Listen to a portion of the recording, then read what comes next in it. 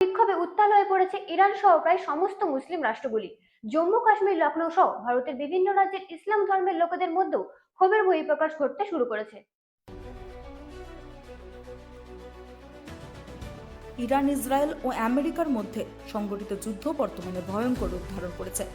ইতিমধ্যেই ইসরায়েল আমেরিকার যৌথ আক্রমণে ইরানের সর্বোচ্চ ক্ষমতাধর ধর্মীয় নেতা আয়াতুল্লাহ খুমেনির মৃত্যুর প্রতিক্রিয়ায় 40 দিনের রাষ্ট্রীয় শোক ঘোষণা করে ইরান গোটা মধ্যপ্রাচ্যেই যুদ্ধ ছড়িয়ে দিয়েছে। ক্ষোভ বিক্ষোভে উত্তাল হয়ে পড়েছে ইরান সহ প্রায় সমস্ত মুসলিম রাষ্ট্রগুলি। জম্মু কাশ্মীর, লখনৌ সহ ভারতের বিভিন্ন রাজ্যের ইসলাম ধর্মাবলম্বীদের মধ্যে ক্ষোভের বহিঃপ্রকাশ ঘটতে শুরু করেছে। আমেরিকা বাদে রাশিয়া ও চীনের মতে দুই পরাশক্তিও উল্লেখিত প্রশ্নে ক্ষোভ প্রকাশ করে ইরানের পাশেই দাঁড়িয়েছে। বর্তমান পরিস্থিতিতে অনেকে আবার তৃতীয় বিশ্বযুদ্ধের ছায়াও দেখতে পাচ্ছেন। যদি এমন পরিস্থিতি হয় তবে তা যে দ্বিতীয় বিশ্বযুদ্ধের তুলনায় মহাবিধ্বংসী হবে তা বলার অপেক্ষা রাখে না। কারণ আমেরিকা, রাশিয়া, চীন, ভারত সহ পৃথিবীর বেশ কয়েকটি রাষ্ট্র এখন পরমাণু অস্ত্রে বলীয়ান। এমন অবস্থায় যুদ্ধরত কোনো দেশ যদি ক্রোধের বশবর্তী হয়ে অথবা নিজ দেশের অস্তিত্ব রক্ষা করতে গিয়ে পরমাণু অস্ত্র প্রয়োগ শুরু করে, তবে মুহূর্তেই গোটা বিশ্বে তা পাল্টাপাল্টি শুরু হবে, যার অন্তিম পরিমাণ মহাপ্রলয়। ধ্বংসের মুখে যাবে মানব সভ্যতা। মার্কিন প্রেসিডেন্ট ডোনাল্ড ট্রাম্পের ক্রমাগত হুঙ্কার ও বিশেষ করে ইরানি যোদ্ধাদের আমরণ লড়াইয়ের ঘোষণার কারণেই বিশ্বজুড়ে বর্তমানে এক আতঙ্কের পরিবেশ তৈরি হয়েছে। সমাজের দায়িত্বশীল মানুষ হিসাবে বর্তমান পরিস্থিতি নিয়ে চিন্তিত সকলেই। মধ্যপ্রাচ্য যুদ্ধে শুরু হতেই সোনার দাম কয়েক হাজার টাকা বেড়ে গেছে এবং পেট্রোল পাম্পগুলিতে তেলের জন্য লম্বা লাইন পড়েছে, এমনই দৃশ্যও দেখা যাচ্ছে ত্রিপুরা রাজ্যে। আবার কিছু কিছু পেট্রোল পাম্পগুলোতে তেল নেই বলে দায়িত্ব খালাস করছে পেট্রোল পাম্প কর্তৃপক্ষ। আবার কিছু কিছু পেট্রোল পাম্প কালোবাজারি শুরু করেছে সময়ের সুযোগ নিয়ে। বাজারে জিনিসপত্রের দাম বাড়ার সম্ভাবনা বৃদ্ধি পাচ্ছে। আর এই যুদ্ধ যদি দীর্ঘমেয়াদী হয়, এর প্রভাব সারা বিশ্বে ছড়িয়ে পড়বে। এমনিতেই বিশ্বে আর্থিক প্রতিকূলতার জন্য বেকারত্বের গ্রাফ ঊর্ধ্বগতিতে বেড়ে চলেছে। আর এই যুদ্ধের প্রভাব যে সুদূর প্রসারী প্রভাব পড়বে তা বলার অপেক্ষা রাখে না। প্রশ্ন হচ্ছে, এই মুহূর্তে আমাদের কি করণীয়? বিশেষজ্ঞদের অভিমত হলো, যুদ্ধের বিরুদ্ধে শান্তির পক্ষে তীব্র বিশ্ব জনমতই যুদ্ধরত যুযুধান পক্ষগুলিকে একমাত্র যুদ্ধ থেকে বিরত করতে পারে। তাই ত্রিপুরা রাজ্যের আমরা বাঙালি দল নামের এই সংগঠন মনে করে, এই দানবীয় যুদ্ধ বন্ধ করার জন্য নীতিবান মানুষদের তীব্র প্রতিবাদ গড়ে তোলার প্রয়োজন। Bureau report, রাতদিন news network.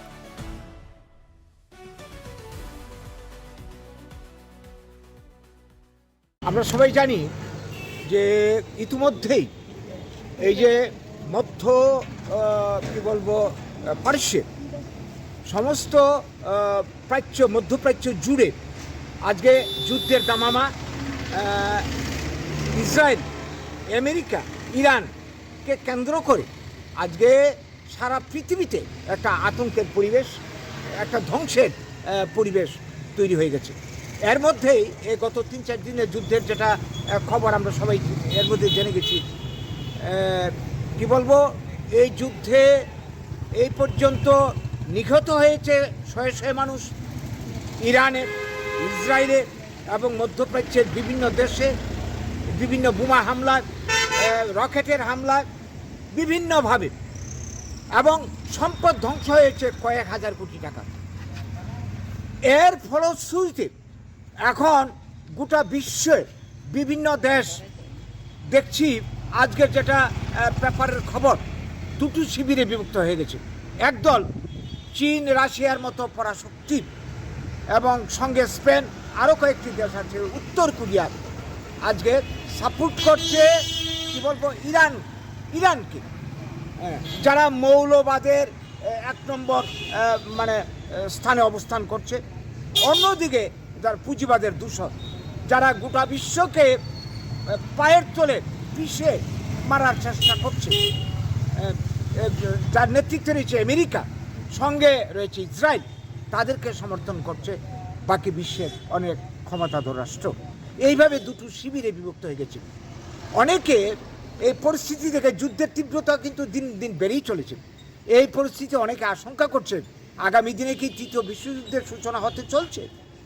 আমরা জানি না আগামী দিন কি হতে চলছে। একটা আশঙ্কা কিন্তু সবাইকে গ্রাস করছে, ভয় আতঙ্ক সবাইকে গ্রাস করছে, এবং যুদ্ধের যেটা আফটার এফেক্ট এর মধ্যে ফলতে শুরু করেছে সেটা হচ্ছে তেলের দাম এবং কি বলবো পেট্রোলিয়াম জাতীয় যত ধরনের পণ্য আছে গোটা বিশ্বে জুড়ে হু হু করে বাড়ছে।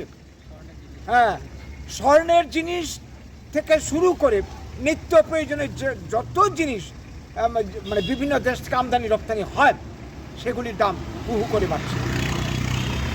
দেখা যায় এর যে সামগ্রিক প্রভাব জনজীবনে পড়তে শুরু করছে, যদি যুদ্ধটা লিঙ্গার করে এবং আরও আগামী দিনে যদি ছড়িয়ে যায়, যেটা আশঙ্কা করা হচ্ছে যে বিশ্বযুদ্ধের সূচনা যদি হয় তাহলে তো সভ্যতা ধ্বংস হয়ে যাবে।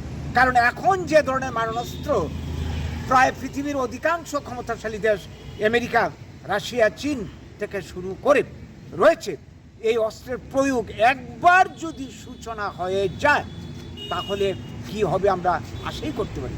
দ্বিতীয় বিশ্বযুদ্ধে একটা মানে কি বলবো মাত্র দেশ আমেরিকার হাতে পরমাণু অস্ত্র ছিল, 2টি শহর, তাও তখন যে অস্ত্র ছিল খুব কম শক্তিশালী, 2টি শহরকে ধ্বংস হয়েছিল হিরোশিমা নাগাসাকি, যার এফেক্ট এত বছর ধরেও এখনো কাজ করছে।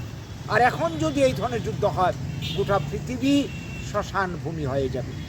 এইরকম একটা চরম মুহূর্তে আমরা এখনো দাঁড়িয়ে আছি, গোটা পৃথিবী দাঁড়িয়ে আছে। এই অবস্থা থেকে আমাদের পরিত্রাণের উপায় কি? একটাই হতে পারে, গোটা বিশ্ব জুড়ে যদি আমরা সবাই মিলে আমরা কি বলবো পাবলিককে, জনসাধারণকে আমরা যদি সজাগ করতে পারি, আমরা যদি কি বলবো সবাইকে সংঘবদ্ধ করতে পারি তাহলে এবং প্রতিবাদে মুখর হতে পারে, এই যে চাপে হয়তো বিশ্ব নেতৃবৃন্দ যারা এই যুদ্ধের নেতৃত্ব দিচ্ছে আমেরিকা থেকে শুরু করে তারা হয়তো একটু চিন্তা করতে বাধ্য হবে। তাই আজকে আমরা এখানে সমবেত হয়েছি এই কাজে সবাইকে সচেতন করার জন্যে, প্রতিবাদে এগিয়ে আসার জন্যে, এবং যাতে যারা এই কাজে যারা যুক্ত হয়েছে যুদ্ধ যাতে তারা অবিলম্বে বন্ধ করে তাদের কাছে বার্তা তুলে দেওয়ার জন্যে আমরা সমবেত হয়েছি। আপনাদের মাধ্যমে এই বার্তাটুকু তুলে ধরতে চাইছি। আমরা সবার কাছে আবেদন রাখছি, আহ্বান রাখছি এই রাজ্যের, এই দেশের মানুষকে আপনারা সবাই সজাগ হন, সবাই সতর্ক হন এবং ঐক্যবদ্ধ হন। একটা জনমত আমরা বিশ্বজুড়ে চলুন আমরা গড়ে তুলি যাতে এই যুদ্ধ অবিলম্বে বন্ধ হয়। এই বার্তাটুকু দেওয়ার জন্যে আমরা আজকে সমবেত হয়েছি। আমরা